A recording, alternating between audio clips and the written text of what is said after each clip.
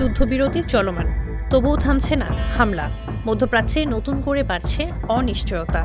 লেবাননে ইসরায়েলি বাহিনীর অব্যাহত সামরিক অভিযানের ফলে যুক্তরাষ্ট্র ও ইরানের মাঝে হওয়া 2 সপ্তাহের সাময়িক যুদ্ধবিরতি এখন অনিশ্চয়তার মুখে পড়েছে। কার্যকর হওয়ার 48 ঘন্টার মাঝেই নতুন করে হামলা চালানো হয়, যেখানে বুধবারের হামলায় 3 শতাধিক মানুষের মৃত্যু হয়। এতে আন্তর্জাতিক মহলে উদ্বেগ বেড়েছে। যুদ্ধবিরতি থাকলেও লেবাননে সংঘাত চলতে থাকায় পুরো শান্তি প্রক্রিয়া ভেঙে পড়ার আশঙ্কা তৈরি হয়েছে। বিশ্লেষকদের মতে, যুদ্ধবিরতি থাকলেও যদি এভাবে সংঘাত চলতে থাকে তবে পুরো শান্তি উদ্যোগ ভেস্তে যেতে পারে। ইতোমধ্যে হিজবুল্লাহ ও ইরান পাল্টা প্রতিক্রিয়ার ইঙ্গিত দিয়েছে, যা পরিস্থিতিকে আরও জটিল করে তুলছে।